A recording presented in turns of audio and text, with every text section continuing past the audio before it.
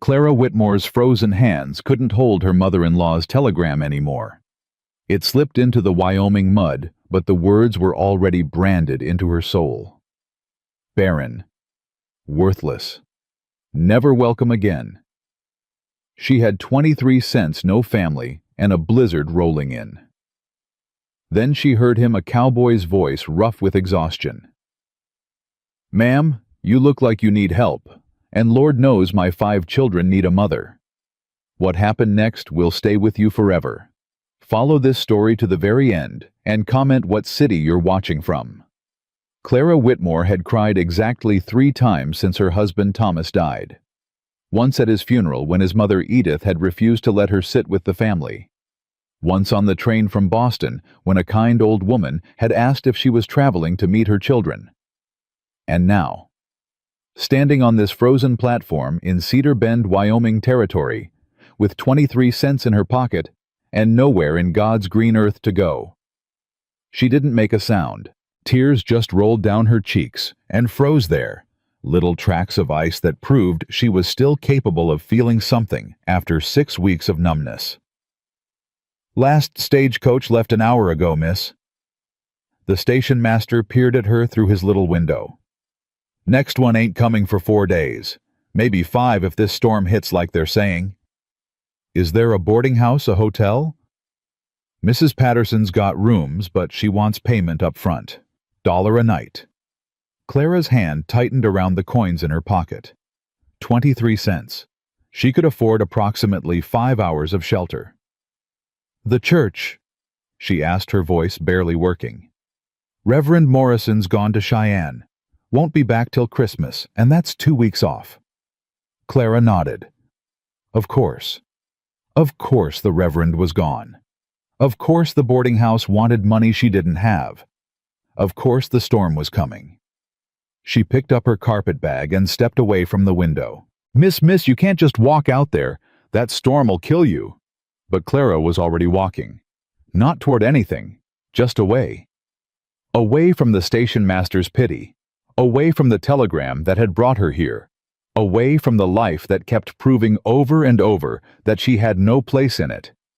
Barren. Worthless. A burden we no longer wish to bear. Edith Whitmore's words. Written in that perfect, elegant hand. Sent to Clara 3 days after the lawyer had explained that Thomas's estate went entirely to his mother. That Clara was entitled to nothing, that 5 years of marriage had earned her exactly what Edith always said she deserved. Nothing.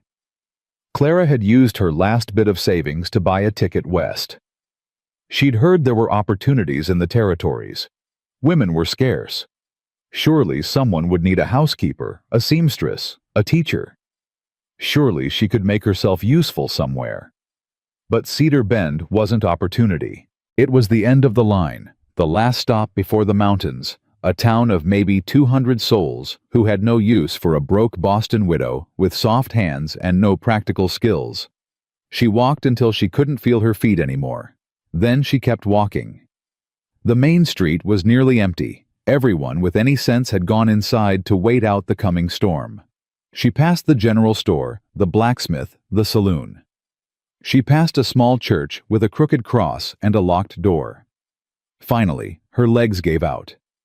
She sat down on the wooden sidewalk in front of what looked like a feed store, tucked her carpet bag against her chest, and waited.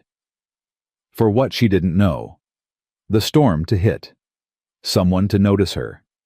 God to finally explain why he'd made her life into one long punishment for sins she couldn't remember committing. That's when she heard the wagon. Clara looked up to see a team of tired horses pulling a supply wagon down the street. A man drove it tall, broad-shouldered, his hat pulled low against the wind. But it wasn't the man that made her breath catch. It was the children. 5 of them, crammed together on the wagon seat and in the back, ranging from what looked like 13 or 14 down to maybe 4 years old. All of them thin. All of them dressed in clothes that had been patched and repatched until the original fabric was barely visible. All of them watching her with eyes that had seen too much. The wagon stopped right in front of her. "Ma'am." The man's voice was rough, like he didn't use it often. You all right? Clara should have lied. Should have said she was fine, just resting, waiting for someone. That's what a proper lady would do. But Clara was too cold and too tired and too broken for propriety. No, she said. I don't believe I am. The man studied her for a long moment. She could feel his gaze taking in her city clothes, her impractical boots, the way she was shivering despite trying not to. Then he looked at the sky, at the dark clouds rolling in from the mountains. Emmeline, he said, not taking his eyes off Clara. Take your brothers and sisters into the store. Get the supplies on the list. Don't let Henry talk you into anything we don't need. But Pa... Now Emmy. The oldest girl, dark-haired, sharp-faced, with eyes that could cut glass, shot Clara a look of pure suspicion before climbing down from the wagon. The other children followed, 2 boys, maybe 10 and 8, another girl around 6, and the littlest a boy who couldn't be more than 4, clutching a worn stuffed horse like his life depended on it. Once they'd disappeared into the store, the man climbed down from the wagon and walked over to where Clara sat. Up close, he was even bigger than she'd thought. Well over 6 feet, with shoulders built for hard work and hands that looked like they could crush stone. His face was weathered, lined by sun and wind, and something else, grief maybe, the kind that settled into a person's bones and never quite left. Name's Josiah Callahan, he said. Most folks call me Joe. Clara Whitmore. You got people here, Mrs. Whitmore? Someone coming to fetch you. No. You got somewhere to stay tonight? No. You got money for a room? Clara almost laughed. 23 cents. Joe Callahan didn't react to that, just nodded slowly like it confirmed something he'd already figured out. Storm's gonna hit in about 2 hours, he said. Gonna be a bad one. Snow up to the windows probably, cold enough to kill. I know. You planning to just sit here and freeze to death? Clara considered the question honestly. Was she? Maybe. Maybe it would be easier than fighting anymore. Maybe it would be a relief to just stop. I don't know, she admitted. I don't seem to have many other options. Joe was quiet for a moment. Then he did something unexpected. He sat down on the wooden sidewalk next to her, his big frame making the boards creak. My wife died 3 years ago, he said. Scarlet fever took her, and damn near took the children too. I've been running my ranch and raising 5 kids alone ever since. Ain't doing a good job of either. Clara didn't know what to say to that, so she said nothing. Emmeline, that's my oldest. She's been trying to be mama to the little ones since she was 11 years old. She's 14 now, and she's harder than any child ought to be. The boys Jacob and Samuel, they're forgetting what it's like to have a woman's touch in the house. Little Rosie. She cries for her mama every night. And Benjamin? His voice cracked slightly. Benjamin was only 1 when Sarah died. He don't even know what he's missing. Clara turned to look at him. Why are you telling me this? Because I came to town today looking for help. Put up notices in 3 towns saying I need a housekeeper. Someone to cook, clean, look after the children. He paused. Haven't had a single response in 4 months. Women out here got options. They don't want to be stuck on a remote ranch with 5 children who ain't theirs. I'm sorry. Don't be sorry. Joe met her eyes directly. Be useful. Clara's heart stumbled. What? You need a place to stay. I need help with my children. Seems to me we could solve each other's problems. You don't know anything about me. I know you're sitting on a frozen sidewalk in a city coat with 23 cents and nowhere to go. I know you didn't lie about it when you could have. I know you got eyes that say you've been through hell recently. He shrugged. That's enough to start. Mr. Callahan. Joe. Joe. Clara's voice shook. I appreciate the offer of employment, but I should tell you I'm not. I can't. She stopped, the familiar shame rising in her throat. My husband's family cast me out because I couldn't give him children. 5 years of marriage and nothing to show for it. They said I was cursed. Barren. If you're hoping I might eventually provide you with more children, I'm not Mrs. Whitmore. Joe held up a hand. I got 5 children already. That's about 4 more than I can handle. I ain't looking for a broodmare. I'm looking for someone to keep my family from falling apart. Clara stared at him.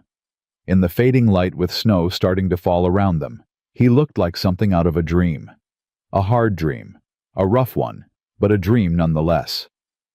There's something else, Joe said. Something I need to tell you before you decide. What? There's a man named Harlan Dodd. He owns the ranch next to mine. He's been trying to buy my land for 2 years, and when I wouldn't sell, he started making trouble. Last month he filed papers with the territorial authorities saying I ain't fit to raise my children alone. Says a widower with no wife and no help is neglecting his kids. Clara's stomach tightened. Is there truth to that? Some. The admission seemed to cost him. The house ain't clean, the children's clothes got holes, meals are catch as catch can most days. I'm doing my best, but my best ain't good enough. He paused. Dodd's got a daughter, Viola. He's been pushing me to marry her. Says it would solve all our problems, his land and mine together. His daughter properly settled my children with a mother. Why haven't you? Because Viola's 19 years old and in love with someone else. Because I won't force a girl into a marriage she don't want. Because... He stopped, his jaw tightening. Because I made a promise to Sarah that I wouldn't marry for anything less than I felt for her. And I ain't felt that for anyone since she died. Clara understood that. She understood it better than he could know. What exactly are you proposing, Mr. Callahan? Employment. Room and board plus wages we can discuss later. You'd live at the ranch, help with the house and the children. It would be proper you'd have your own room, your own space. I ain't suggesting anything improper. And Harlan Dodd. Having a woman in the house might quiet his complaints about the children. Show the authorities I'm taking steps to improve things. Clara's mind raced. This was insane. Going to a remote ranch with a stranger and 5 children she'd never met. Putting herself entirely in this man's power, with no one who knew where she was or cared what happened to her. But what was the alternative? Freeze to death on this sidewalk. Spend her last 23 cents on food and freeze tomorrow instead. Start walking and see how far she got before the cold claimed her. Your children, she said slowly. They don't know me. The oldest, Emmeline. She looked at me like I was something scraped off her boot. Emmy looks at everyone like that. She's been protecting this family since she was too young to know how. She won't trust you.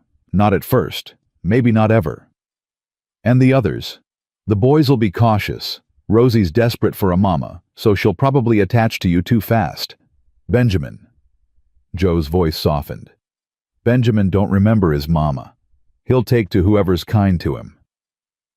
The store door opened, and the 5 Callahan children emerged, the older ones carrying packages, while little Benjamin clutched his stuffed horse with one hand and his sister Rosie's coat with the other. Emmeline stopped short when she saw her father sitting on the sidewalk next to Clara. Pa, what's going on? Joe stood and extended a hand to help Clara up. She took it. His grip was warm and rough and surprisingly gentle.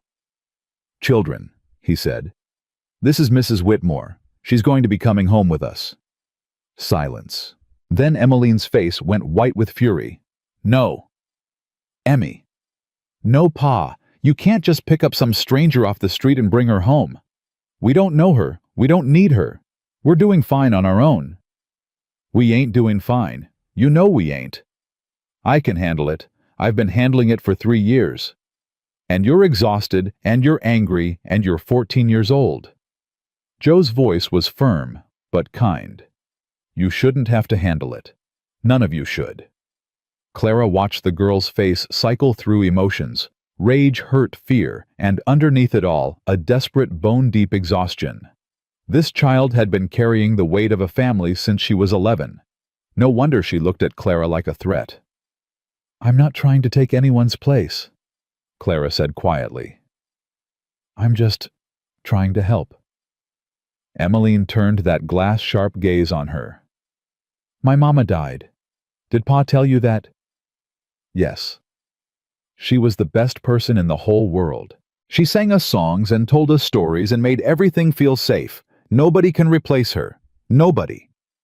I wouldn't try. Then what are you going to do? Clara thought about that. What was she going to do? She didn't know how to run a frontier household. She didn't know these children or their routines or their fears.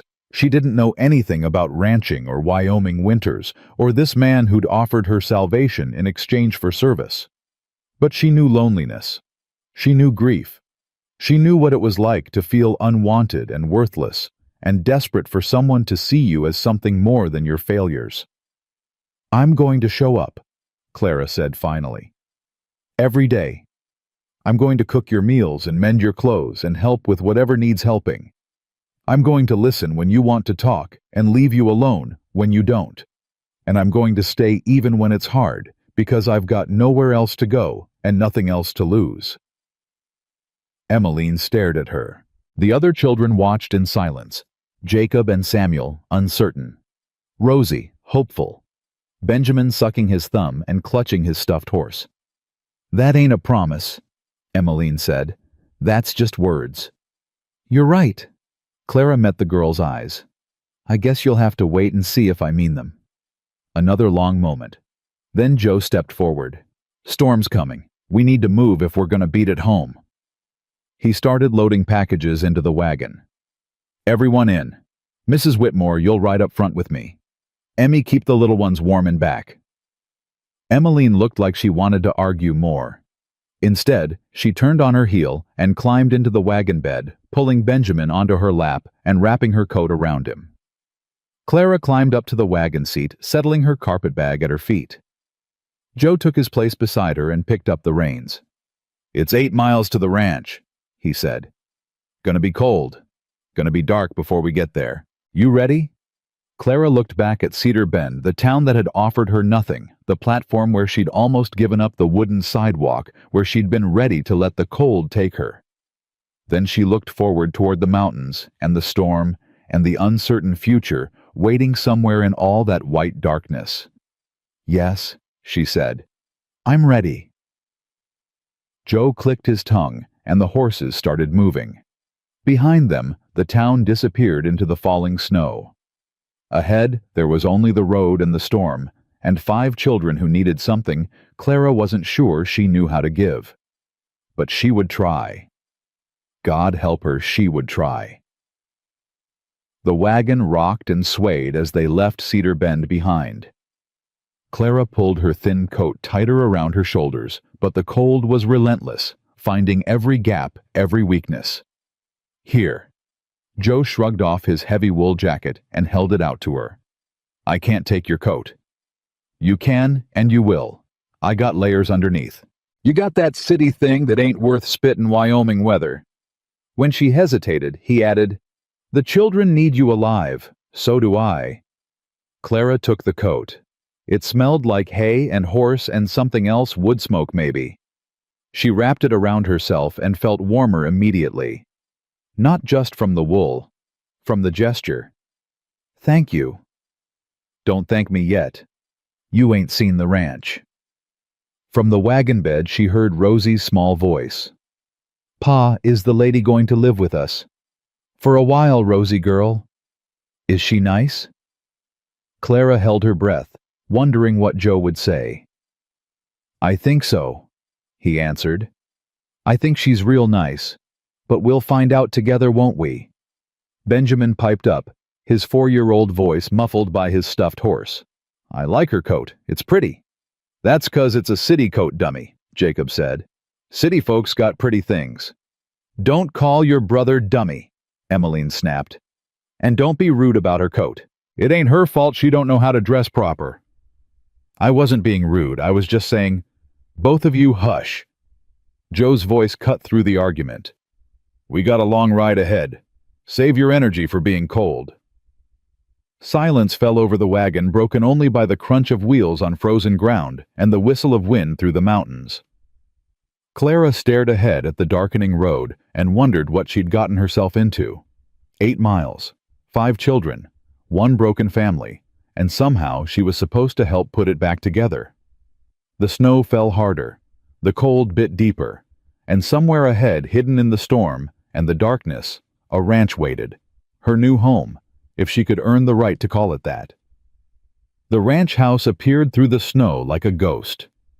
Clara couldn't see much in the darkness, just the shape of buildings huddled together against the storm, but she felt the wagon slow and heard Joe exhale beside her. "We're home," he said. Home. The word felt strange, foreign. "Everyone out," Joe called to the back. "Emmy, get the little ones inside. Boys, help me with the horses. Mrs. Whitmore, front door's unlocked. Go on in and get warm." Clara climbed down from the wagon, her legs stiff and aching from cold. She grabbed her carpet bag and made her way to the door, pushing it open with numb fingers. The smell hit her first. Smoke grease and something sour underneath. She stepped inside and stopped. Dishes piled in the wash basin. Clothes scattered across furniture. A layer of grime on every surface she could see. The fire in the hearth had burned down to embers, barely giving any heat. This wasn't a home. This was survival. "It's messy." Clara turned. Emmeline stood in the doorway, Benjamin on her hip, Rosie and the boys crowding behind her. The girl's chin was up, defiant. "I do my best," Emmeline continued. "But there's only so many hours in a day, and the little ones need watching, and Pa needs help with the ranch, and I can't—" Her voice cracked. "I can't do everything." Clara set down her carpet bag. "You shouldn't have to. Don't feel sorry for me.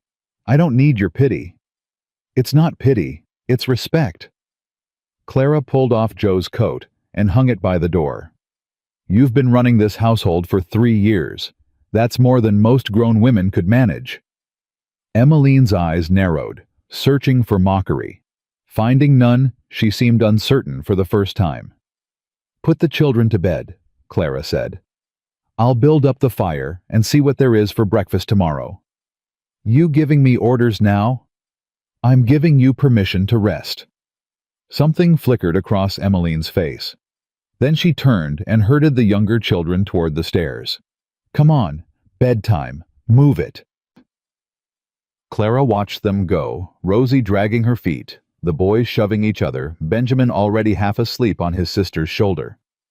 Then she rolled up her sleeves and got to work. By the time Joe came in from the barn, stamping snow off his boots, Clara had the fire roaring and the worst of the dishes soaking in hot water. He stopped in the doorway, stared. "You didn't have to do that." "I know." "The children. Emmeline's putting them to bed."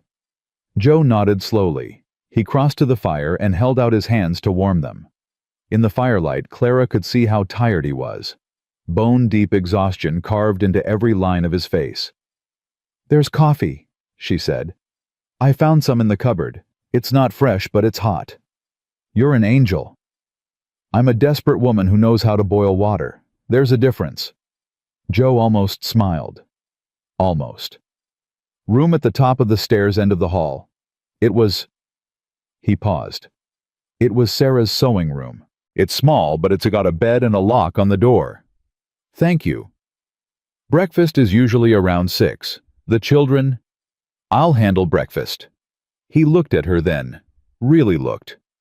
"Why'd you say yes, Mrs. Whitmore, back in town? You could have refused. Could have taken your chances with the storm." Clara considered lying. Considered giving him the easy answer about needing shelter and having no options. But something about his directness demanded honesty. "Because I've spent 5 years being useless," she said. "Being decorative. Being told that my only value was in producing children I couldn't seem to produce. Your offer wasn't charity. It was a chance to matter again." She met his eyes. "I need to matter, Mr. Callahan, more than I need warmth or food or safety." Joe was quiet for a long moment. Then he nodded. "Get some sleep, Mrs. Whitmore. Tomorrow's going to be hard." Clara lay awake in the narrow bed, listening to the storm rage outside and the house settle around her. Somewhere down the hall she heard a child crying softly. Benjamin, maybe. Or Rosie. The sound was muffled, like someone was trying to hide it. She should stay in her room. It wasn't her place to interfere. Not yet. But the crying continued. Small, heartbroken sounds that Clara couldn't ignore. She got up, wrapped a blanket around her shoulders, and followed the sound down the hall. It was coming from the smallest bedroom at the far end. She pushed open the door. Benjamin sat up in his little bed, tears streaming down his face, clutching his stuffed horse. When he saw Clara, his crying got louder. "Hey," she said softly, crouching beside him. "Hey, it's all right. You're safe." "Want Mama?" he sobbed. "Want my Mama." Clara's heart cracked. "I know, sweetheart. I know you do. Emmy says Mama's in heaven, but I don't want her in heaven. I want her here." Clara reached out and smoothed his hair back from his forehead.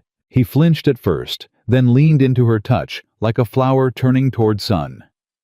"Can I tell you something?" she whispered. Benjamin nodded, hiccuping. "I lost my Mama too. A long time ago, and for a while I thought the missing would swallow me whole. But you know what I figured out? What? The people we love don't really leave us. They stay right here." She touched his chest over his heart. "Every time you feel warm inside, or safe, or happy, that's your Mama loving you from heaven." Benjamin's crying slowed. He looked down at her hand on his chest. "You promise?" "I promise." He was quiet for a moment. Then, "Will you stay till I fall asleep?" "Yes." Clara sat on the edge of his bed, stroking his hair, humming a lullaby her own mother used to sing. Within minutes, his breathing deepened and his grip on the stuffed horse relaxed. She didn't hear the footsteps behind her until Joe spoke. "You got him to sleep." Clara turned. Joe stood in the doorway, watching her with an expression she couldn't read. He just needed someone to listen. "Emmy's been trying for 3 years. He won't let her comfort him. Says she's not Mama." "Maybe that's the problem. She's trying to be his mother. I'm just... here." Joe stepped into the room and looked down at his sleeping son. Something raw crossed his face. He was one when Sarah died. He don't remember her. Not really. Just the idea of her. His voice dropped. "Sometimes I think that's worse. Grieving for something you never really had. It's all grief. There's no ranking. You sound like you know something about that. I lost 3 babies."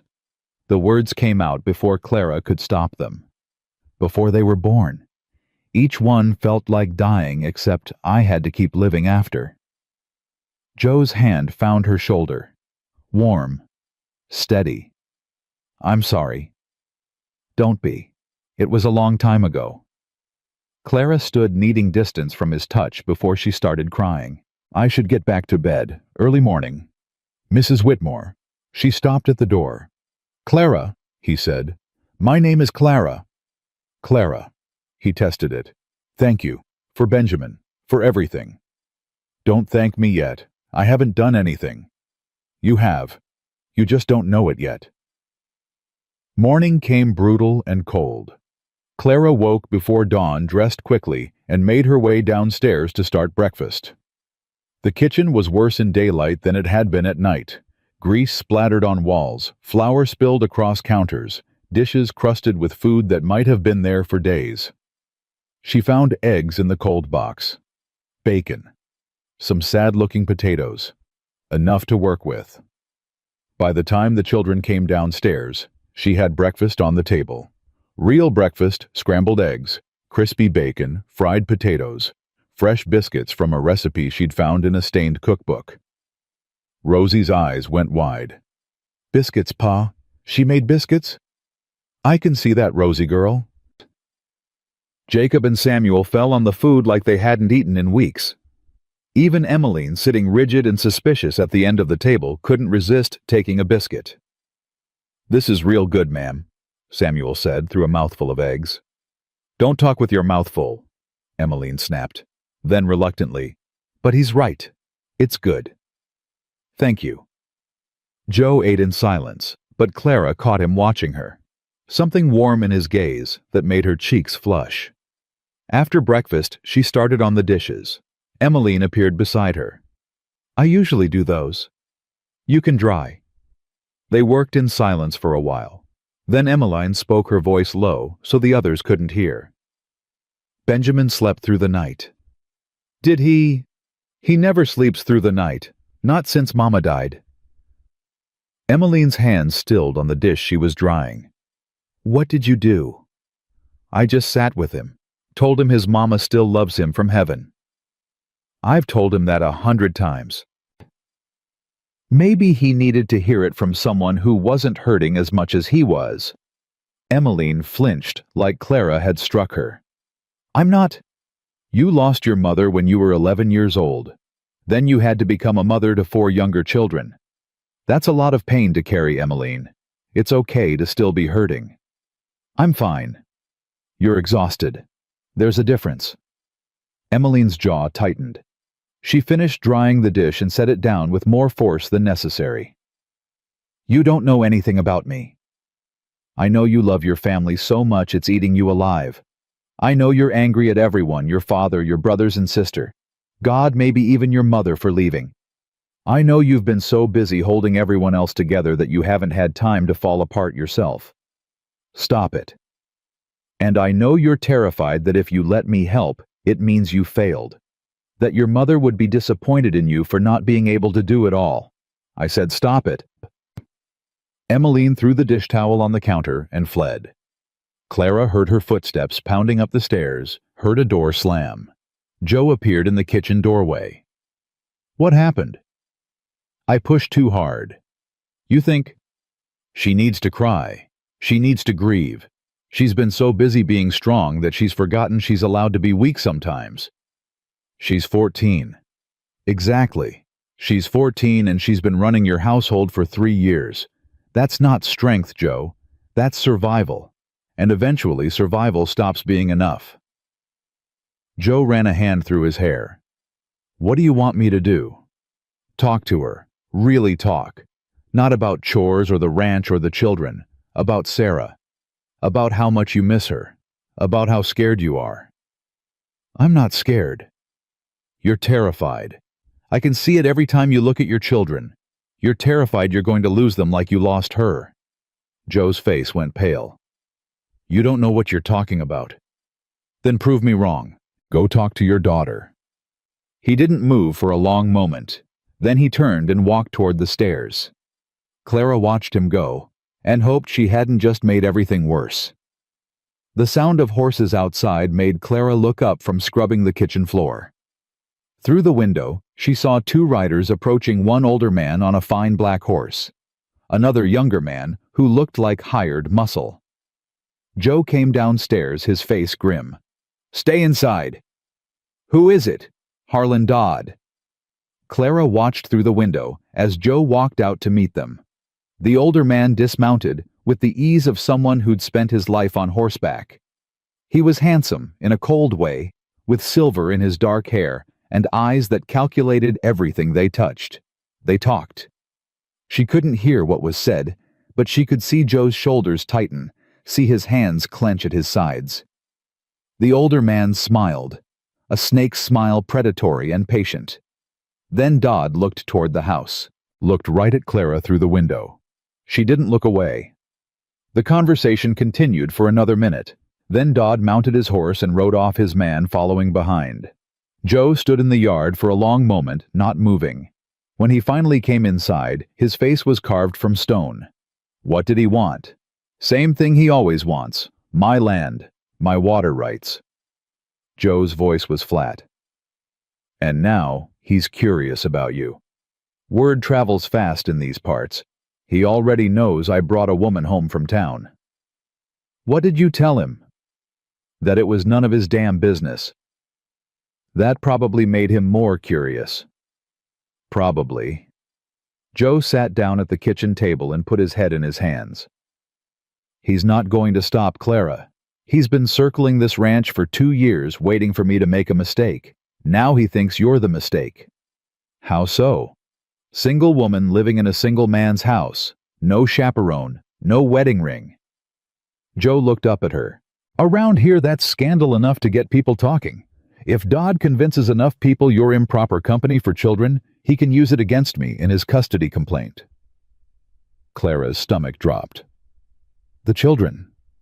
He filed papers 3 months ago. Says I'm unfit. Says the children would be better off with proper guardians, meaning him and his wife.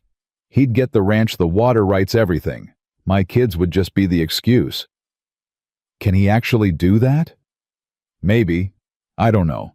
The territorial judge is coming through in a few weeks. There'll be a hearing. Joe's voice cracked. I can't lose them, Clara. They're all I've got left of Sarah. All I've got left of anything. Clara crossed to him and did something she wouldn't have dared yesterday. She put her hand on his shoulder. You won't lose them. You don't know that. No. But I know I'm going to do everything in my power to make sure it doesn't happen. She squeezed his shoulder. You gave me a chance when I had nothing. Let me help you fight for your family. Joe looked up at her. In his eyes, she saw something she recognized, the desperate hope of someone who'd been alone too long.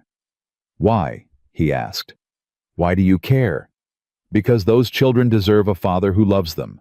Because you deserve to keep the family you've worked so hard to hold together. Because... She stopped, not sure how to say the rest. Because you looked at me yesterday like I was someone worth saving. No one's done that in a very long time. Joe's hand came up to cover hers. Warm. Rough. Real. Clara. Yes. Whatever happens, whatever Dodd does or says, I'm glad you're here. So am I. They stayed like that for a moment, connected by touch and shared fear, and something else that was too new to name. Then footsteps on the stairs broke the spell. Emmeline appeared, her face red and puffy from crying. I'm sorry, she said, not looking at Clara. For running off. For being rude.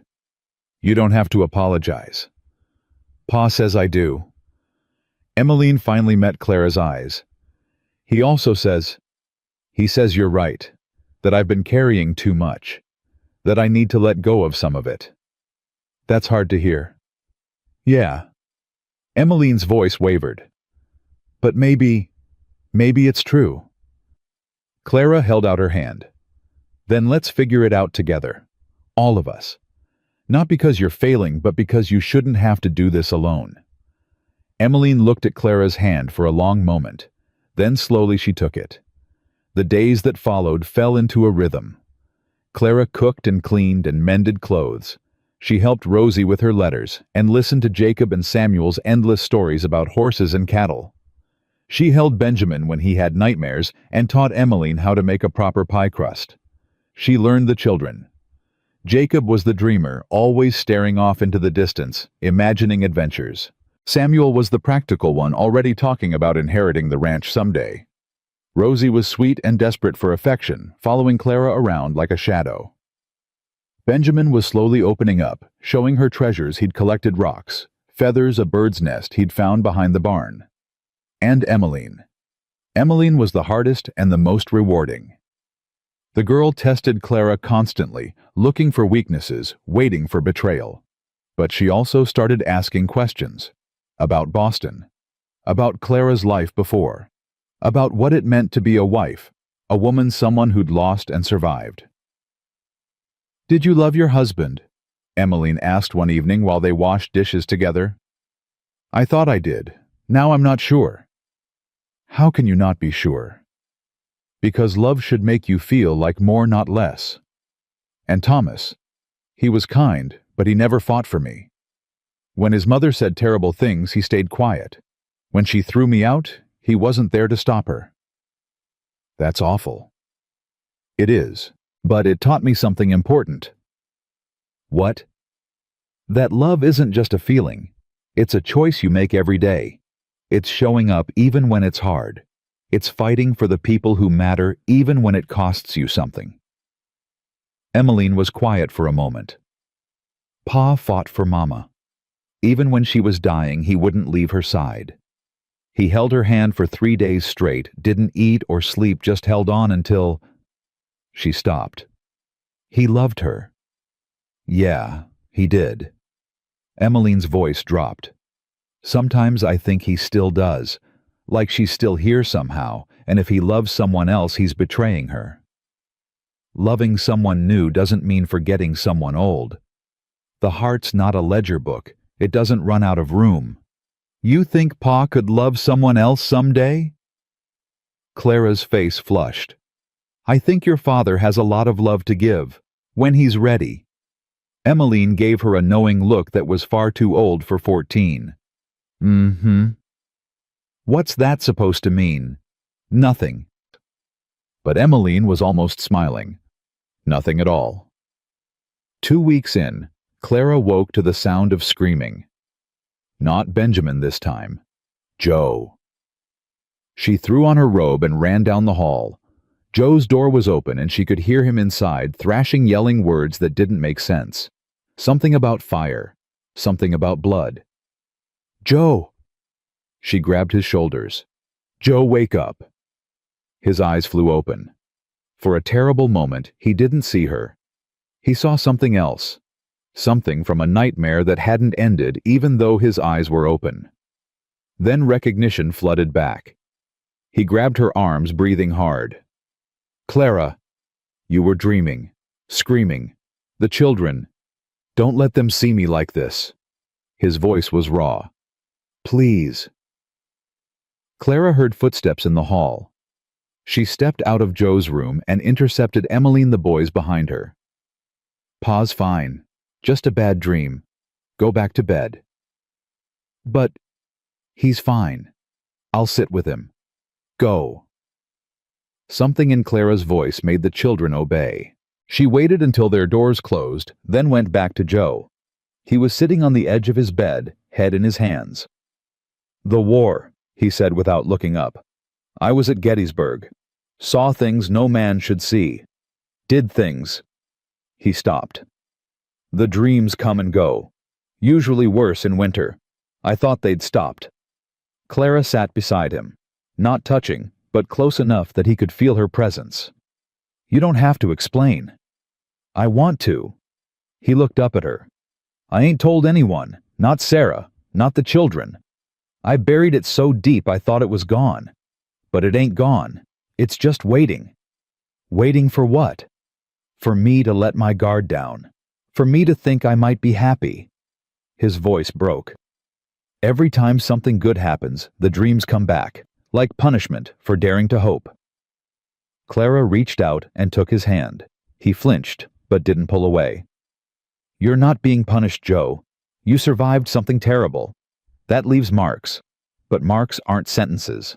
They're proof you're still here. What if I don't deserve to be? That's not your decision to make. You've got 5 children who need their father. You don't get to decide you're not worthy of them. Joe was quiet for a long moment. Then his hand tightened around hers. Stay. Please. Just until I fall asleep. Clara didn't move until dawn. Word spread fast in Cedar Bend. By Sunday, everyone knew about the Boston widow staying at the Callahan Ranch. Clara felt their stares when Joe took her to church, felt the whispers following her down the aisle. Don't mind them, Joe muttered as they found a pew. Small-town folks got small-town minds. But Clara minded. She minded the way the other women looked at her, some pitying, some judgmental, some curious in a way that felt dangerous. She minded the way Harlan Dodd smiled at her from across the church, like he was cataloging everything for future use. After the service, a woman approached her. Mrs. Patterson, the boarding house owner who'd turned Clara away that first day. Mrs. Whitmore, how interesting to see you've, found accommodations. Mrs. Patterson, I do hope everything is proper at the Callahan Ranch. It would be such a shame if there were talk. Children are so impressionable, and a woman's reputation is so easily damaged. Clara smiled sweetly. I appreciate your concern, Mrs. Patterson. I'm sure it comes from a place of Christian charity. The woman's eyes narrowed at the subtle jab. Just looking out for the community. Of course, and I'm sure the community is grateful for your vigilance. Tell me, do you watch everyone this closely or am I special? Mrs. Patterson's face went red. She opened her mouth to respond, but Joe appeared at Clara's elbow. "Clara, the children are ready to go. Mrs. Patterson." He tipped his hat, his voice cool. "Always a pleasure." In the wagon heading home, Clara let out a breath she hadn't realized she was holding. "You made an enemy there," Joe said. "I already had one. Now she knows I won't be pushed around." Joe glanced at her sideways, something like admiration in his eyes.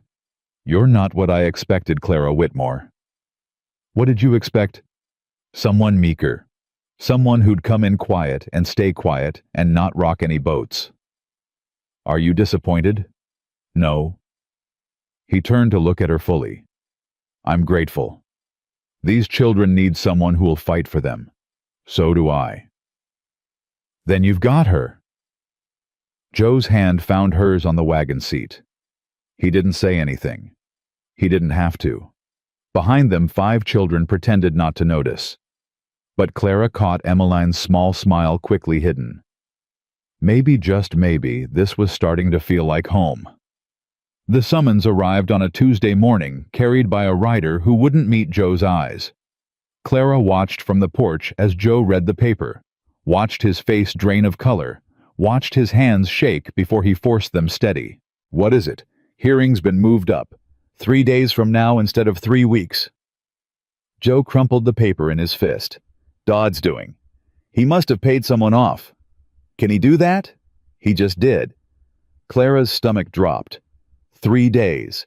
They had 3 days to prepare for a fight that could take everything. "We need a lawyer." "Nearest one's in Cheyenne. 2 days' ride each way." Joe's voice was hollow. "We're on our own." "Then we fight alone." Joe looked at her. In his eyes, she saw fear and desperation, and something else, gratitude, that he wasn't facing this by himself. "The children can't know. Not yet. They'll find out eventually." "I know, but let them have a few more days of not being scared." Clara nodded, but when she went inside, Emmeline was standing at the bottom of the stairs, face pale. "I heard." "Emmy. 3 days. That man wants to take us away from Pa in 3 days. He wants to try. That's not the same as succeeding." "What if he does succeed?" Emmeline's voice cracked. "What happens to us? Do we get split up? Do Benjamin and Rosie go to different families? Do I ever see my brothers again?" Clara crossed to her and gripped her shoulders. "Listen to me. Your father loves you more than anything in this world. I've only been here a month, and I already love you. We are not going to let Harlan Dodd tear this family apart. You can't promise that." "No, but I can promise we'll fight like hell to stop him." Emmeline's eyes filled with tears she refused to let fall. "What do you need me to do?" "Keep the little ones calm. Don't tell them what's happening, not yet. And trust me. Can you do that?" "I don't know." "Fair enough. Trust your father, then. He's never let you down." "He couldn't save Mama." The words hung between them, sharp as broken glass. "No," Clara said quietly. "He couldn't. But he spent 3 years trying to save you. That has to count for something." That night, after the children were in bed, Clara found Joe in the barn brushing down his horse with mechanical movements. "You should be sleeping." "Can't sleep." "Joe?" "I keep thinking about what happens if I lose." His hand stilled on the horse's flank. "Where do they go? Who takes care of Benjamin when he has nightmares?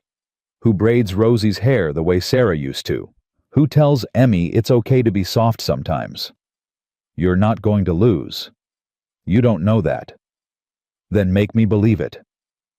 Clara stepped closer. "Tell me what we're fighting. Tell me everything Dodd has on you." Joe was quiet for a long moment. Then he started talking.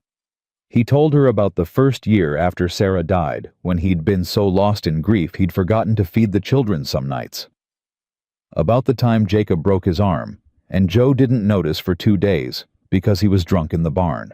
About Emmeline finding him with a rifle in his hands, staring at nothing, and having to talk him back from wherever he'd gone.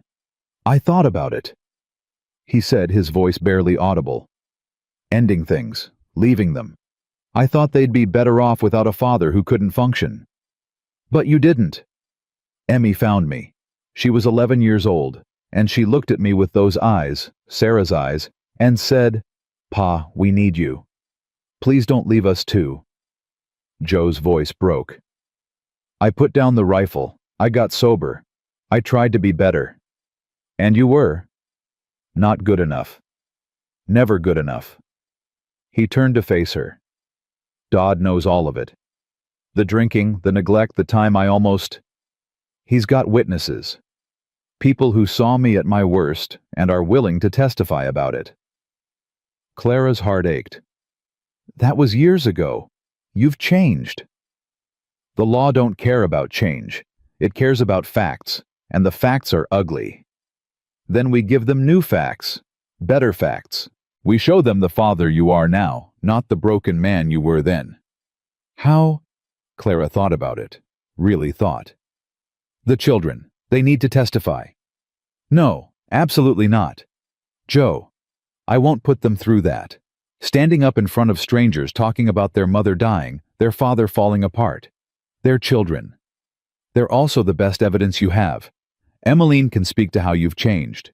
The boys can talk about working the ranch with you. Rosie and Benjamin can show the judge what a loving home looks like.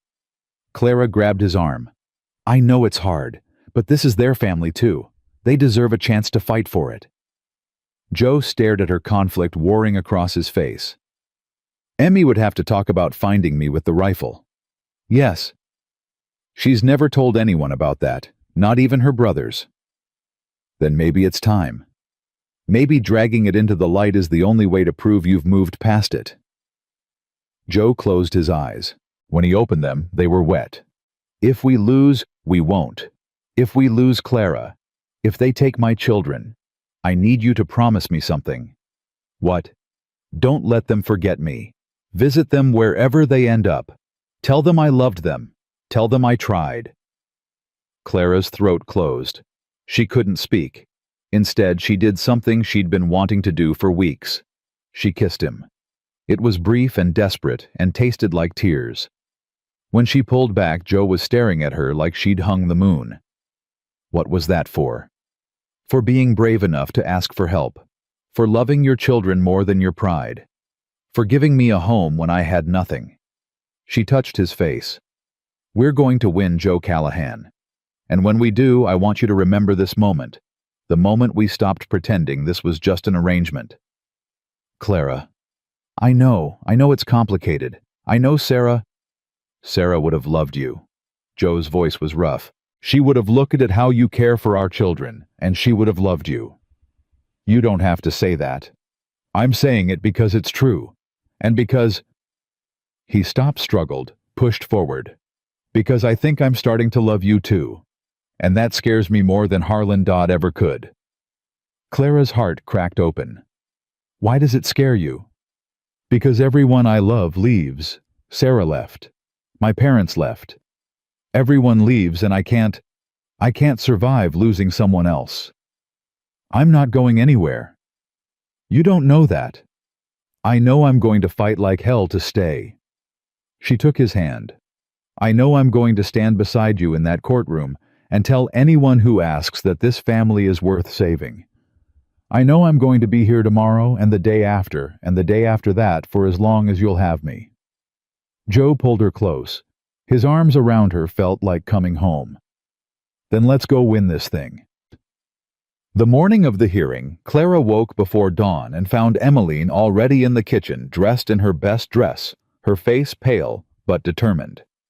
You don't have to do this, Clara said. Yes, I do. Emmeline's hands shook as she poured coffee.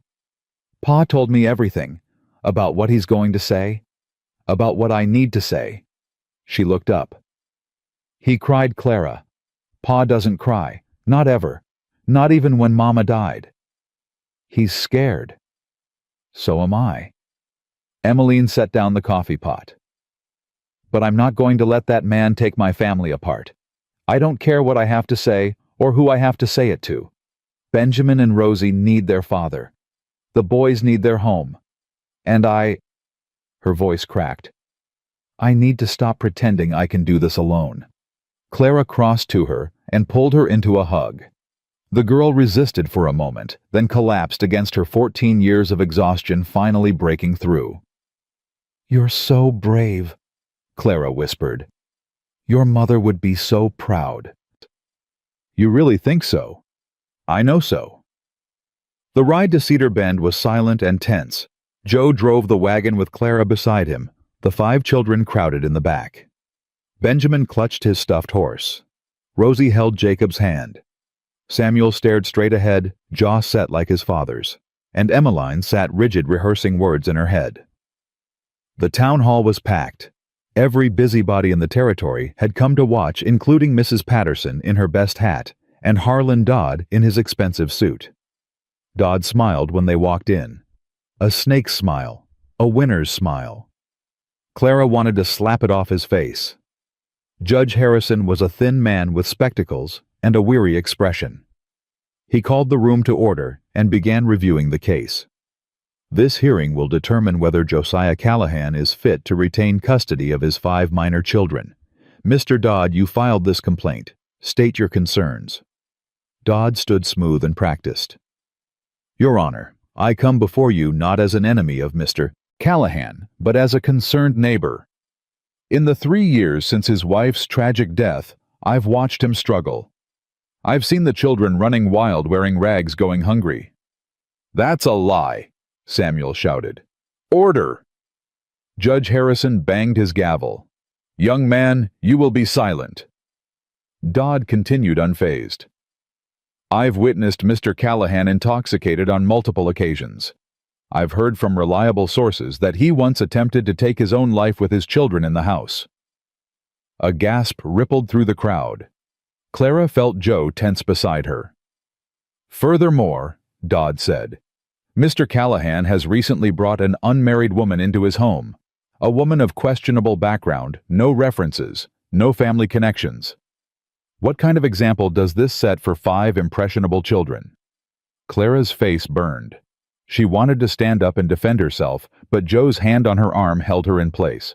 Your Honor, I'm not asking for these children to be taken from their father permanently. I'm simply requesting they be placed in proper care while Mr. Callahan addresses his deficiencies. And I suppose you'd be willing to provide this proper care, Judge Harrison asked dryly. If the court deems it appropriate. My wife and I have the means to provide for 5 children. We have a stable home, a proper marriage resources that Mr. Callahan simply doesn't possess. The judge turned to Joe. Mr. Callahan, do you wish to respond? Joe stood. His hands were shaking, but his voice was steady. Your Honor, everything Mr. Dodd said about my past is true. Another gasp from the crowd. Clara's heart seized. After my wife died, I fell apart. I drank too much. I neglected my children. I held a rifle in my hands and thought about ending my pain. Joe's voice cracked but held. My 11-year-old daughter found me and talked me back from the edge. And that moment when I saw the terror in her eyes, that's when I knew I had to change.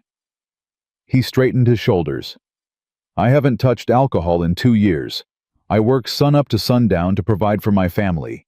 My children are fed, clothed, and loved. They attend church every Sunday. They help with the ranch. They're good kids, Your Honor, better than I deserve. And the woman living in your home, Mrs. Whitmore, is my housekeeper. She came to Cedar Bend with nothing, and I offered her work. She's been a blessing to my children in ways I can't even describe. Benjamin sleeps through the night for the first time since his mother died. Rosie laughs again. Emmeline, Joe's voice broke.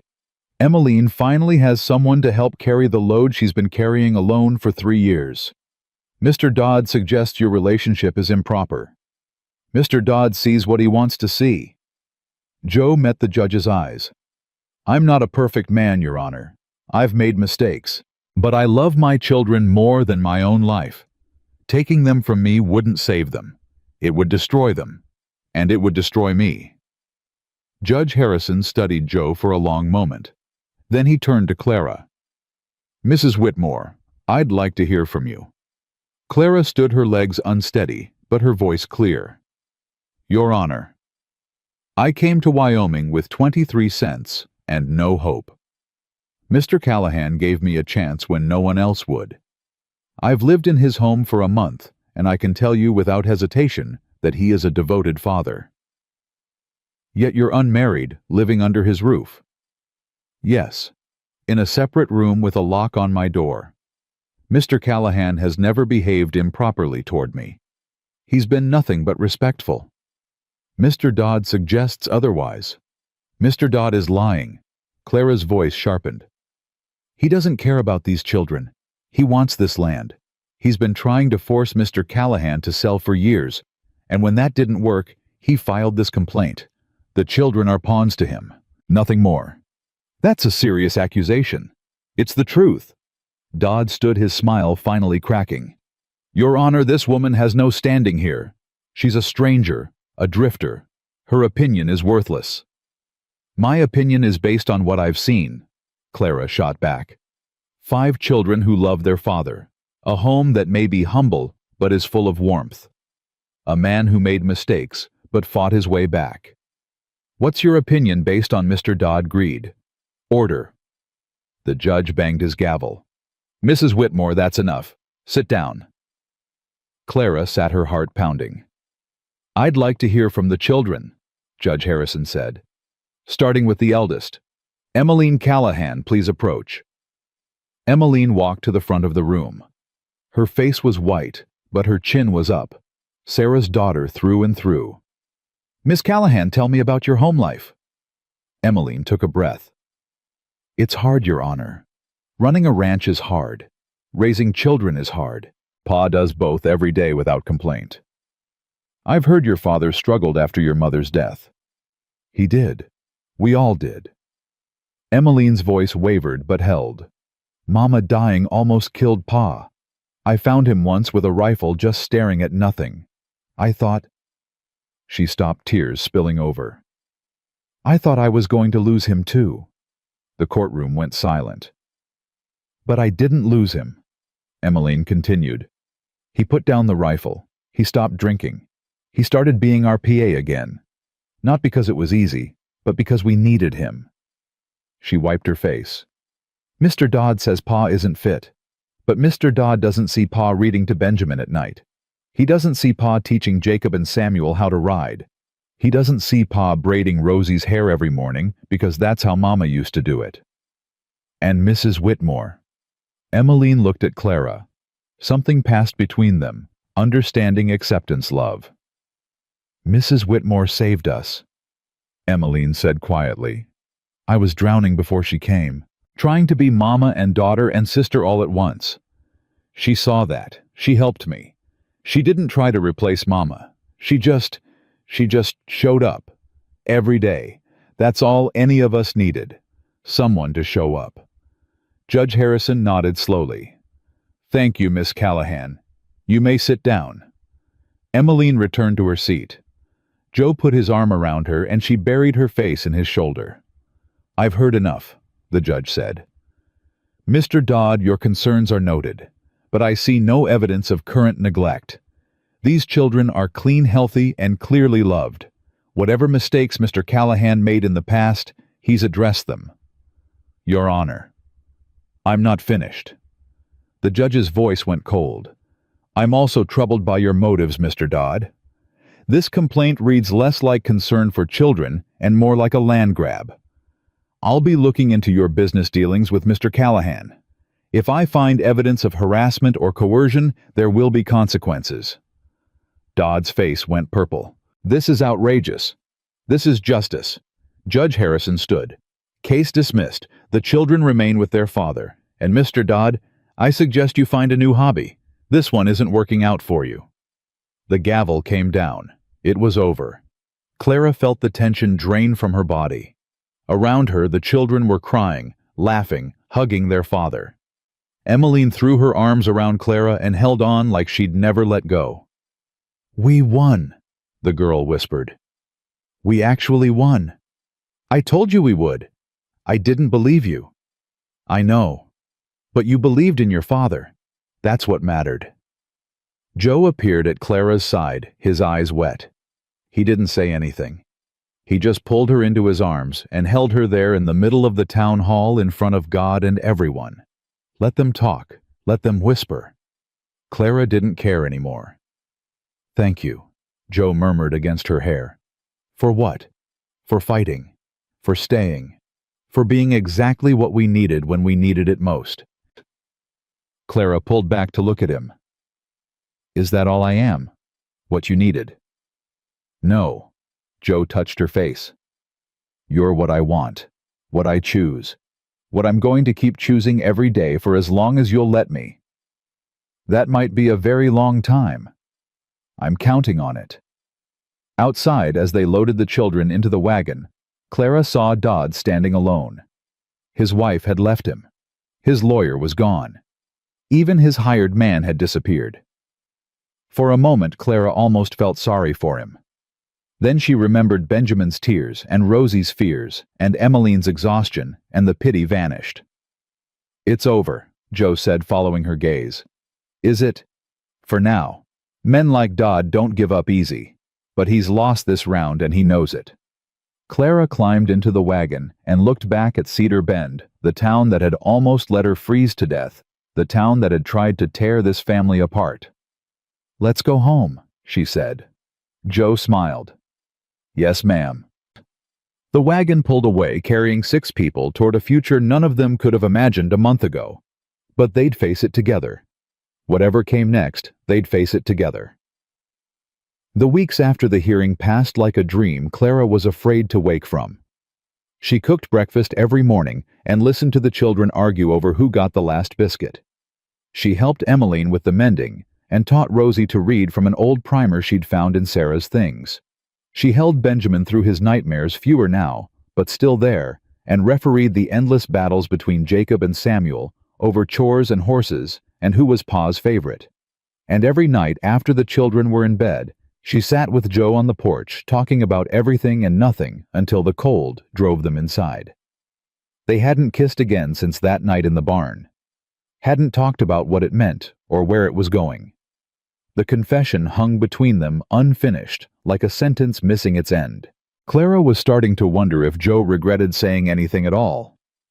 You're thinking too loud again. She looked up from the dishes to find Emmeline watching her with knowing eyes. I don't know what you mean. You and Pa, dancing around each other like 2 cats in a rainstorm. It's exhausting to watch. Emmy. He loves you. Anyone with eyes can see it. Why won't you just talk to him? It's complicated. Adults always say that when they mean they're scared. Emmeline crossed her arms. You told me once that love isn't just a feeling. It's a choice. When are you going to start choosing? Clara opened her mouth to respond, but Emmeline was already walking away. 14 years old, and wiser than half the grown folks Clara had ever met. That evening, Joe came in from the barn earlier than usual. His face was troubled. Dodd's selling his ranch. Clara set down the pot she'd been scrubbing. What? Word came from town. He's selling everything and moving to California. His wife left him after the hearing, took their daughter with her. Viola. She's marrying that lawyer's son after all. Her mother's blessing, if not her father's. Joe sat down heavily at the kitchen table. Dodd's finished. Lost his family, his reputation, everything he was fighting for. Clara should have felt satisfied. This man had tried to destroy Joe's family. He deserved to lose. But all she felt was tired. Do you feel sorry for him? No. Joe's voice was hard. He brought this on himself. He could have been a good neighbor, could have been a friend. Instead, he chose greed. His jaw tightened. I don't waste pity on men who make their own misery. That's cold. That's honest. Joe looked up at her. You disagree. I think people are more complicated than their worst choices. Dodd was desperate. He made terrible decisions, but maybe he started from a place of fear, not evil. Does that excuse what he did? No, but it might explain it. Clara sat down across from him. I've been thinking about my mother-in-law, Edith. She was cruel to me for 5 years. Called me worthless. Threw me out with nothing. For a long time I hated her. And now? Now I wonder if she was just scared too. Scared of losing her son. Scared of a daughter-in-law who couldn't give her grandchildren. Scared of getting old with no legacy. Clara shook her head. It doesn't make what she did right, but it makes her human. Joe was quiet for a moment. Then, you're a better person than me, Clara Whitmore. I'm not. I'm just tired of carrying anger. It's too heavy. What do you want to carry instead? The question hung between them. Clara knew what she wanted to say, knew what she should say, but the words stuck in her throat. I should check on the children, she said instead, and fled. The first snow of December came early, and hard blanketing the ranch in white silence. Clara woke to Benjamin bouncing on her bed. Snow, snow. Can we build a snowman?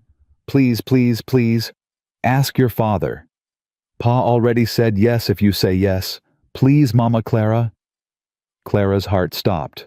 Mama Clara. He'd never called her that before. None of them had. Benjamin, she said carefully.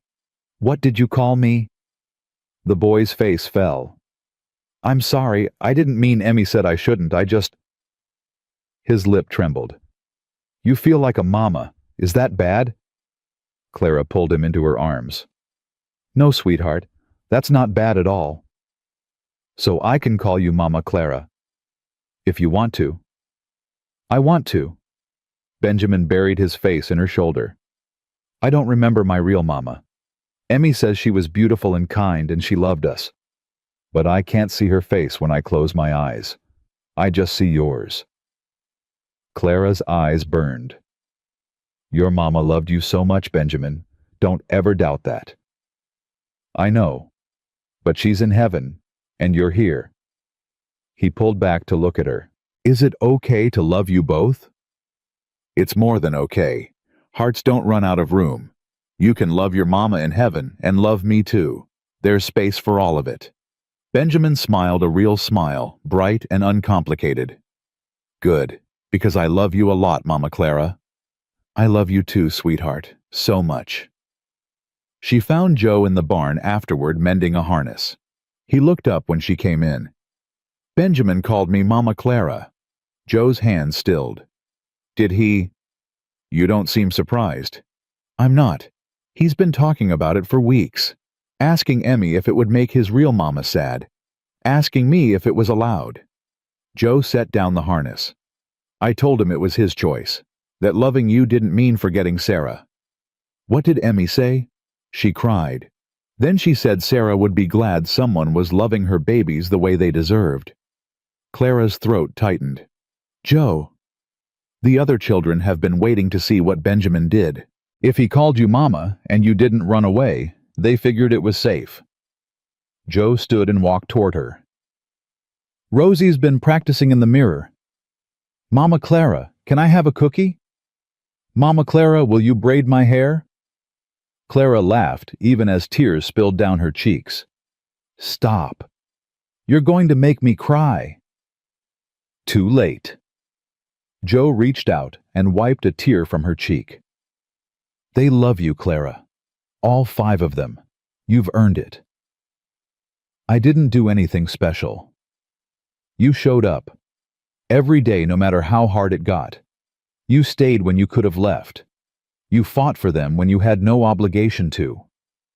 His hand cupped her face. That's not nothing. That's everything. Joe. I know I said I was scared. I know I've been holding back, but I can't do it anymore. His voice dropped. I love you, Clara. Not because you're useful or convenient, because you're brave and stubborn and kind. Because you made this house a home again. Because when I imagine my future, you're in every part of it. Clara's heart pounded. What are you saying? I'm saying I don't want this to be an arrangement anymore. I don't want separate rooms and careful distance and pretending we're just employer and employee." He took her hands in his. "I want you to be my wife. Really my wife. If you'll have me." "Joe, I can't give you children. My own body. I've got 5 children. What I need is a partner. Someone to stand beside me through whatever comes. Someone to grow old with." His grip tightened. "I'm not asking you to give me anything, Clara. I'm asking if you'll let me give you everything I have." Clara couldn't breathe, couldn't think. All she could do was feel the warmth of his hands, the hope in his eyes, the terrifying possibility of happiness. "Yes," she whispered. "Yes. Yes. I'll marry you. Really marry you. For love, not convenience. For always, not just until something better comes along." Joe pulled her into his arms and kissed her. Not brief and desperate like before. Slow and sure, like a promise being made. When they finally broke apart, both breathing hard, Joe rested his forehead against hers. "We should tell the children. They're going to be unbearable." "Probably." He grinned. "Ready." "No. Let's do it anyway." They gathered the children in the main room. 5 faces looked up at them, curious, hopeful, suspicious in Emmeline's case. "We have something to tell you," Joe said. "You're getting married for real." Emmeline interrupted. "About time." "Emmy?" "What?" "We've all been waiting. Even Benjamin figured it out." "Pa's going to kiss Mama Clara," Benjamin announced proudly. "Like in the fairy stories." Rosie clapped her hands. "Does this mean Clara stays forever?" "Forever," Clara confirmed. "And she's really our mama now?" Samuel asked. "Legally and everything." "Legally and everything." Jacob, who'd been silent until now, suddenly stood and threw his arms around Clara. "Thank you," he mumbled into her shoulder, "for not leaving, for choosing us." Clara hugged him back, tears flowing freely. "Thank you for letting me in." One by one, the other children joined, even Emmeline, who held on longest of all. "Mama would be happy," the girl whispered. "I know she would." "I hope so, sweetheart. I really hope so." The wedding was simple. Reverend Morrison performed the ceremony in the ranch house parlor, with only the children and a few neighbors as witnesses. Clara wore her best dress, the same one she'd worn to the hearing, and Joe wore a clean shirt that Emmeline had pressed 3 times to get the wrinkles out. "Do you, Josiah Callahan, take this woman to be your lawfully wedded wife?" "I do." Joe's voice was steady and sure. "And do you, Clara Whitmore, take this man to be your lawfully wedded husband?" Clara looked at Joe, at the children crowded behind him, at the home she'd stumbled into and fought to keep. "I do." "Then by the power vested in me, I pronounce you husband and wife.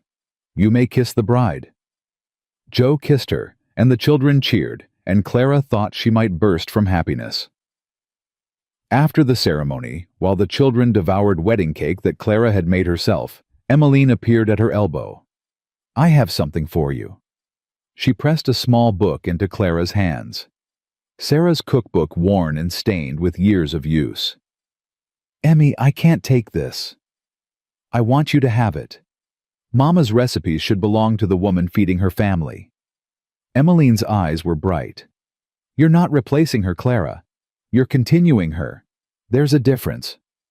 Clara pulled her into a hug. "I'm so proud of you. Your mother would be proud too." "I know."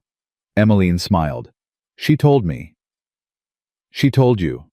In a dream. Last week. She said she picked you for us. Said she was waiting in that blizzard watching, and when Pa found you on those church steps, she knew." Emmeline shrugged. "Maybe it was just a dream. But it felt real." Clara didn't know what to say, so she just held the cookbook against her heart and let herself believe. That night, for the first time, Clara and Joe shared a bed as husband and wife. "Scared?" Joe asked. "Terrified." "Me too." He pulled her close. "But it's a good kind of scared. The kind that means we have something worth losing." "Exactly." They lay together in the darkness, listening to the wind outside and the creak of the house settling around them. Clara felt Joe's heartbeat against her back, steady and strong. Joe, what if I can't make you happy? What if I'm not enough? Clara. He turned her to face him. You've already made me happier than I've been in years.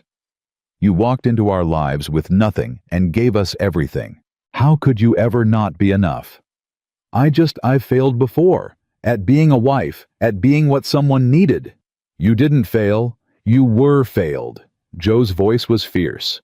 Thomas and his mother failed you. The people who should have protected you failed you. That's not the same as you failing. It feels the same. Then let me spend the rest of my life proving it's different. He kissed her forehead. I'm not Thomas. I won't stay quiet when someone hurts you. I won't let anyone make you feel worthless. You're my wife now. That means I fight for you. Always. Clara's eyes filled with tears. I don't know what I did to deserve you. You survived. That's what you did. You survived things that should have broken you, and you came out the other side still capable of love. Joe smiled. That's not nothing, Clara. That's a miracle. She kissed him then, and for a while they stopped talking. The weeks that followed were the happiest of Clara's life. She settled into the rhythm of the ranch, cooking, cleaning, helping with the children, stealing moments with Joe whenever they could. The children adjusted to having two parents again. Emmeline softened, letting herself be a teenager instead of a surrogate mother. The boys worked alongside their father with new energy.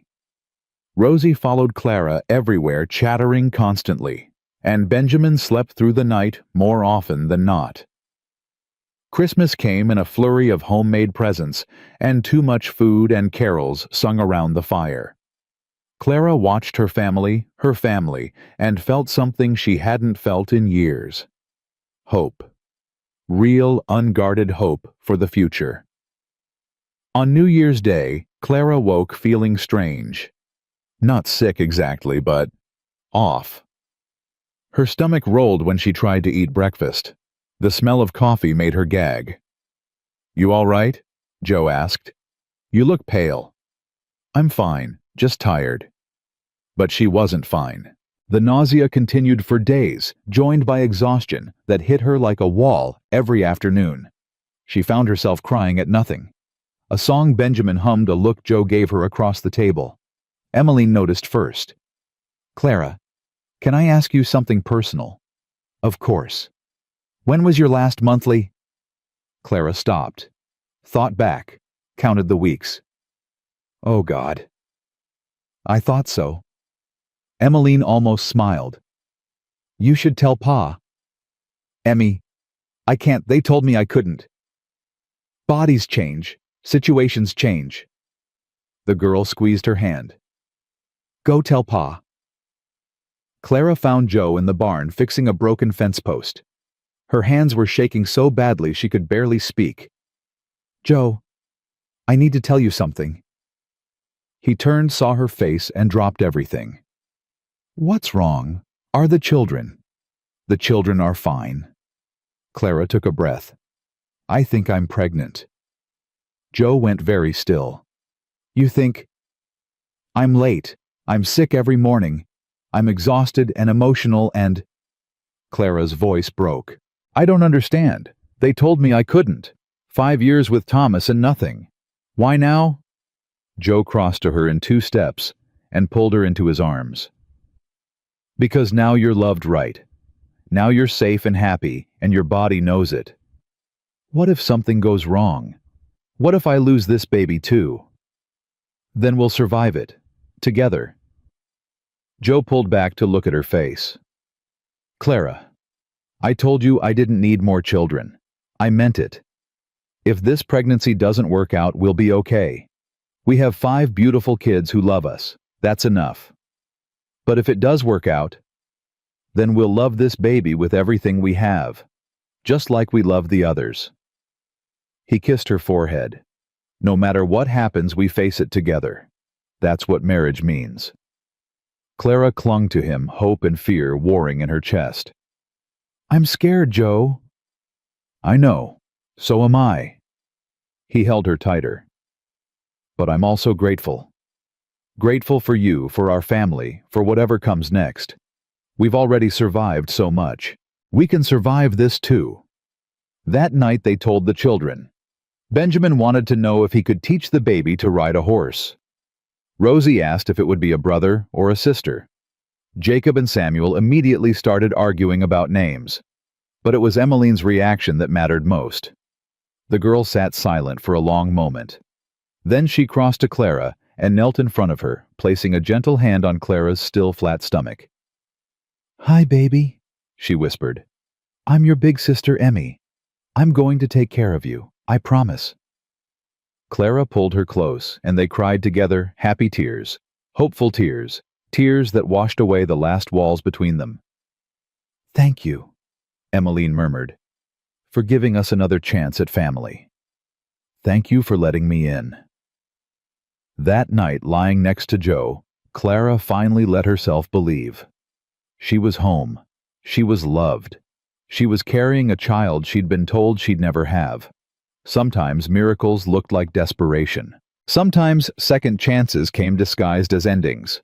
And sometimes a woman with 23 cents and nowhere to go could find everything she'd ever wanted in a snowstorm in Wyoming, with a cowboy and 5 children who needed her as much as she needed them.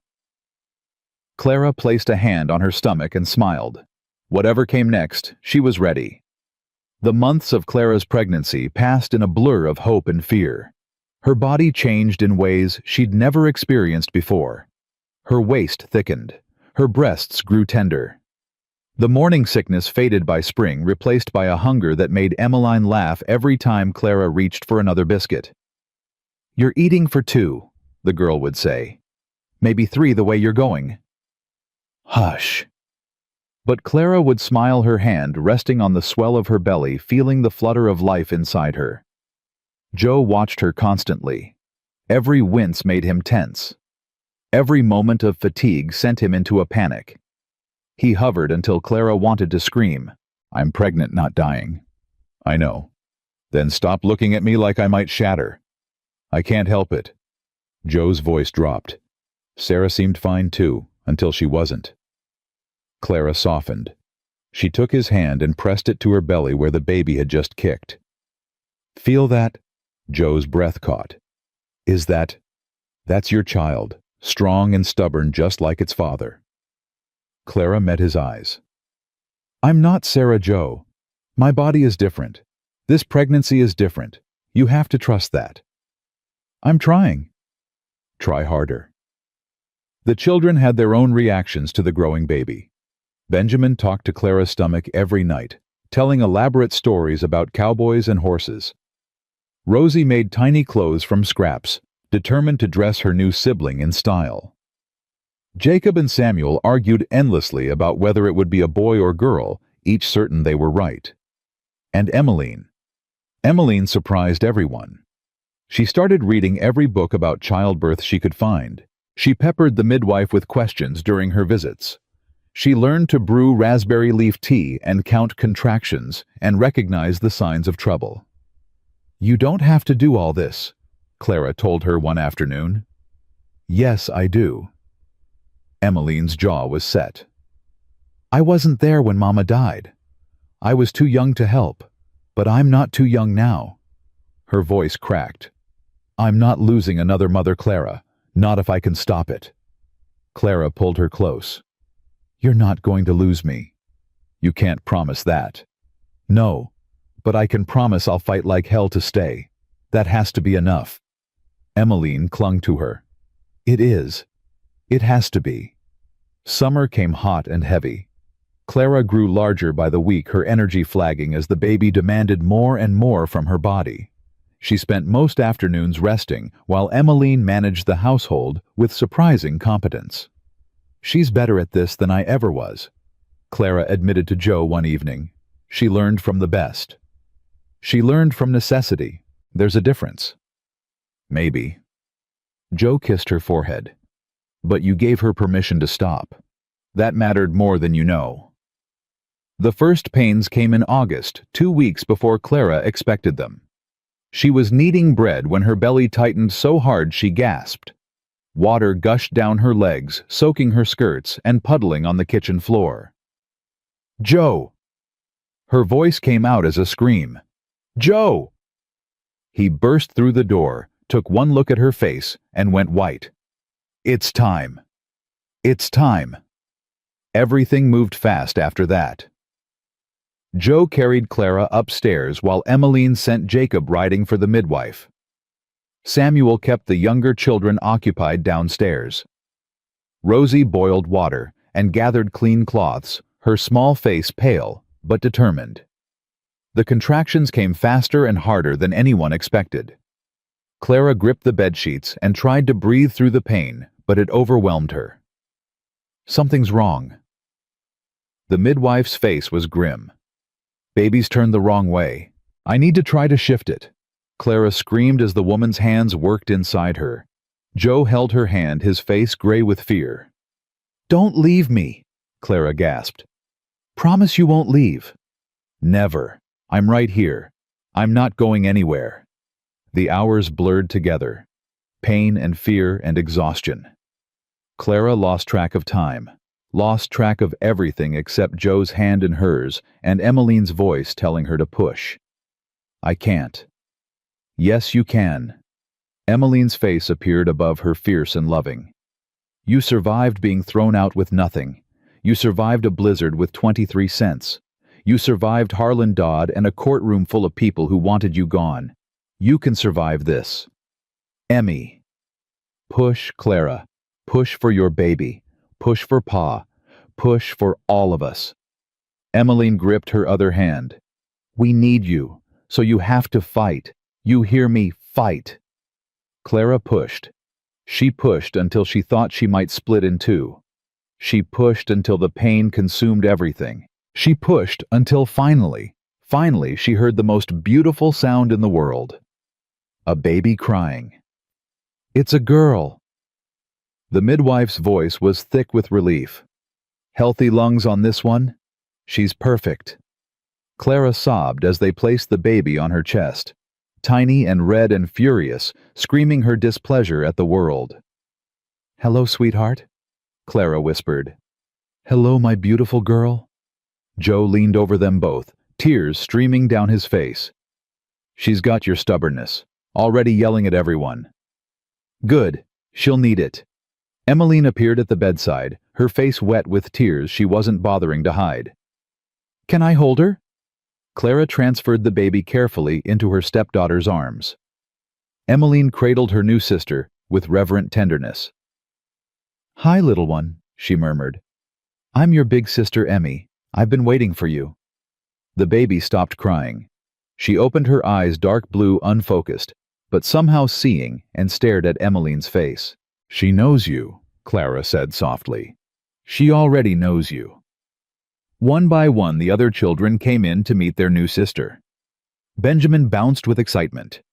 Rosie cooed and stroked the baby's tiny fingers. Jacob and Samuel stood back trying to look casual, but Clara saw the wonder in their eyes. "What's her name?" Rosie asked. Clara looked at Joe. They'd discussed names for months, argued and debated, and never quite settled on one. But now, looking at her daughter's tiny, perfect face, only one name felt right. "Hope," Clara said. "Her name is Hope Sarah Callahan." Joe's breath caught. Sarah. For the woman who loved this family first. For the mother who raised these children until she couldn't anymore. Clara touched the baby's cheek. Hope for the future. Sarah for the past. Both of them together the way family should be. Emmeline's face crumpled. "Mama would have loved that." "I know, sweetheart. I know she would." The days that followed were exhausting and beautiful. Hope was a demanding baby, wanting to eat constantly and objecting loudly when she wasn't held. Clara barely slept, but she didn't mind.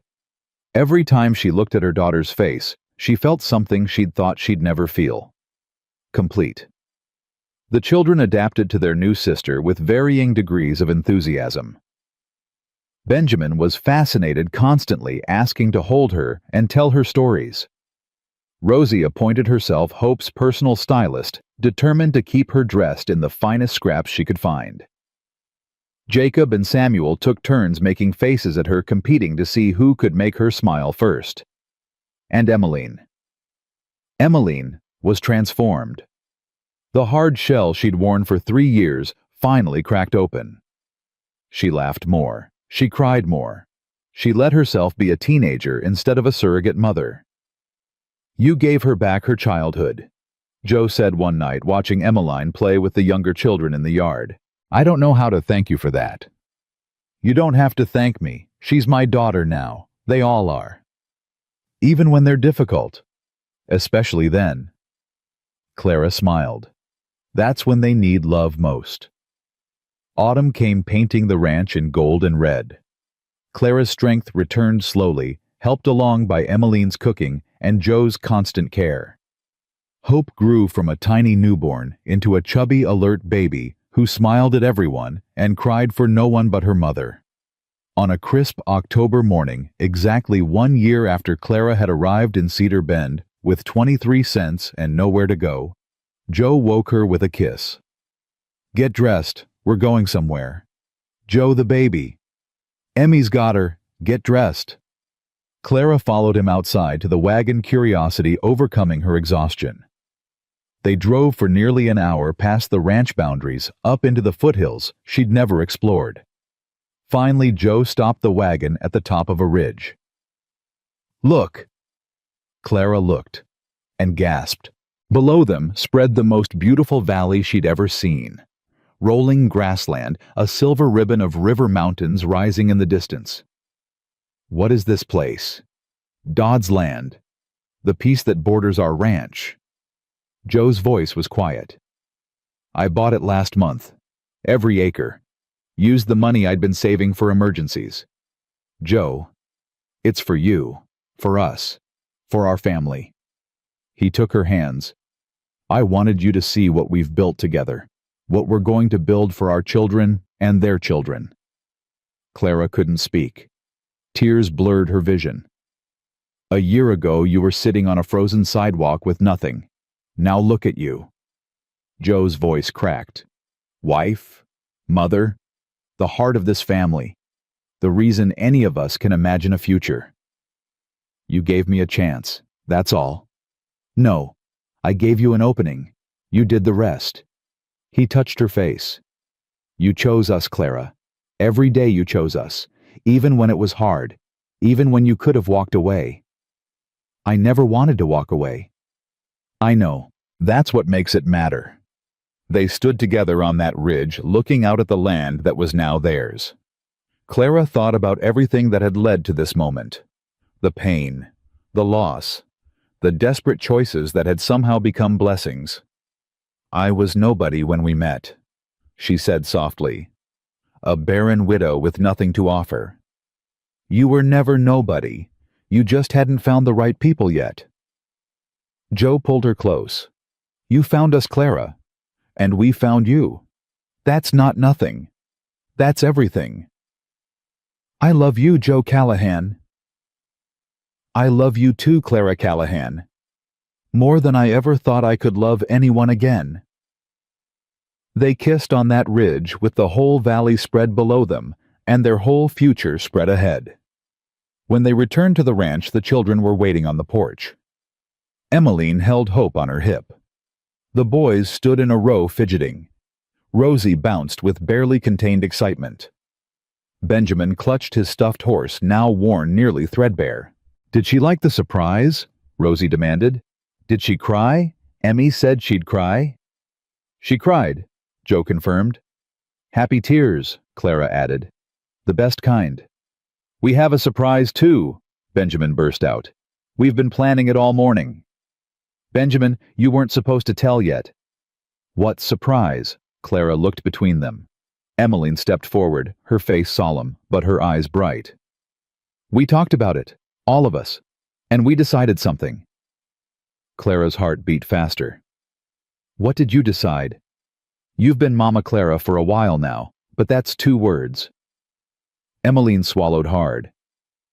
We want to call you just Mama, if that's okay. Clara's knees buckled. Joe caught her arm. All of you. All of us, Jacob confirmed. Even me and I thought it would be weird, but it's not. We have 2 mamas, Samuel explained. Mama Sarah in heaven and Mama Clara here. Both count. Both matter. Rosie tugged on Clara's sleeve. Is that okay? You're not mad. Clara dropped to her knees and pulled them all into her arms. Rosie and Benjamin and the boys, and finally Emmeline still holding Hope. I'm not mad, she managed through tears. I'm so honored, so grateful, so blessed. You're crying again, Benjamin observed. Happy tears, remember. How do you tell the difference? You feel them here. Clara pressed his hand to her heart.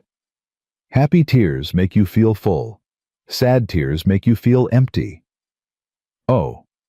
Benjamin considered this. I only want happy tears from now on. Me too, sweetheart. Me too. That night, after the children were asleep and Hope was nursing peacefully, Clara sat with Joe on the porch, watching stars emerge one by one. Tell me something, Joe said. What?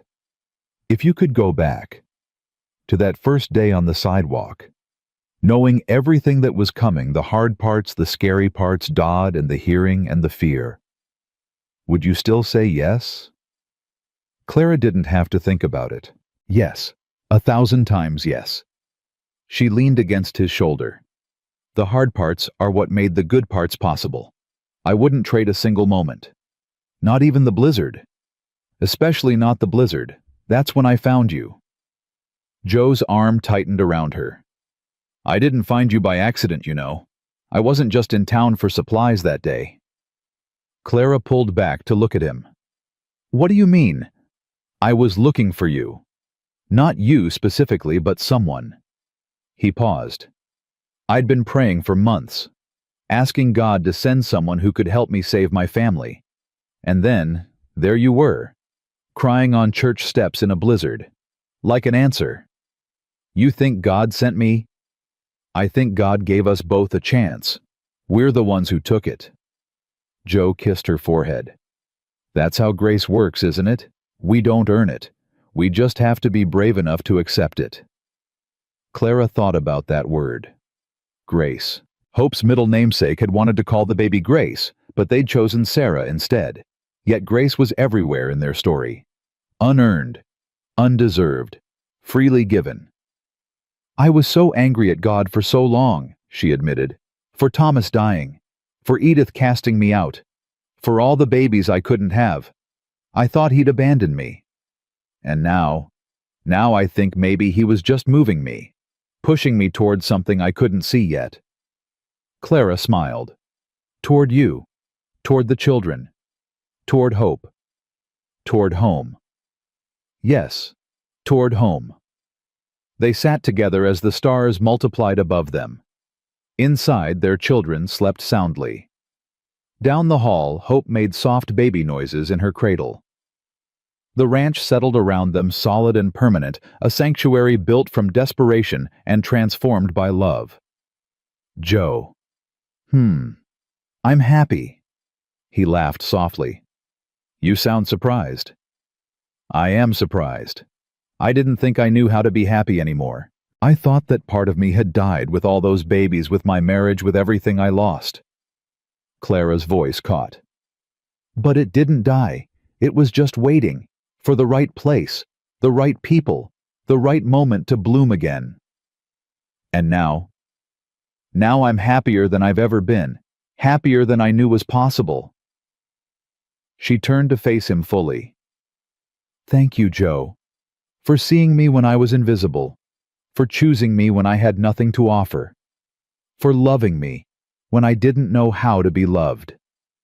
Thank you for staying, for fighting, for turning our survival into something worth living for. Partners. Partners. Now and always. The next morning, Clara woke to find all 5 children piled into her bed. Benjamin was curled against her side. Rosie had claimed her other arm. Jacob and Samuel sprawled across the foot of the bed, and Emmeline sat in the rocking chair feeding Hope from a bottle she'd prepared herself. "You looked so peaceful," Emmeline whispered. "We didn't want to wake you. You're all here. Family meeting. We decided." "Decided what?" Benjamin's eyes popped open. "That we love you, Mama. That's what we decided." Clara laughed, tears springing to her eyes again. "Well, I love you too. All of you." Joe appeared in the doorway, coffee cup in hand, grinning at the chaos. "Looks like I missed something." "Family meeting," Samuel informed him. "Very official. We took a vote and everything." "What was the vote about?" "Whether Mama Clara is the best thing that ever happened to us." "And what was the result?" "Unanimous," Emmeline said. "Even Hope voted." She spit up on the no pile. The room erupted in laughter. Clara laughed until her sides ached, until tears streamed down her face, until she couldn't remember the last time she'd felt so light. Joe crossed to the bed and somehow found space among the tangle of children. He kissed Clara softly, then rested his forehead against hers. "Happy, so happy it hurts." Good hurt or bad hurt? The best hurt. The kind that means I have something precious. He kissed her again, and the children groaned dramatically, and Hope chose that moment to cry for attention, and somewhere outside a rooster crowed the start of a new day. Clara looked around at her family. 6 children now, if she counted Emmeline, who was nearly grown. A husband who loved her. A home that was truly hers. A year ago she'd had 23 cents and nowhere to go. Now she had everything. Clara Callahan had been nobody, cast out and forgotten, told she was worthless and barren and beyond hope. But she'd survived. She'd fought. She'd chosen love over fear, family over safety, hope over despair. And in the end, that's all any of us can do. Show up. Stay. Fight for the people who matter. The rest takes care of itself. Clara pulled her children close, breathed in the chaos and the love and the beautiful, imperfect mess of family, and smiled. She was home. She was loved. She was exactly where she was meant to be, and that was enough. That was everything.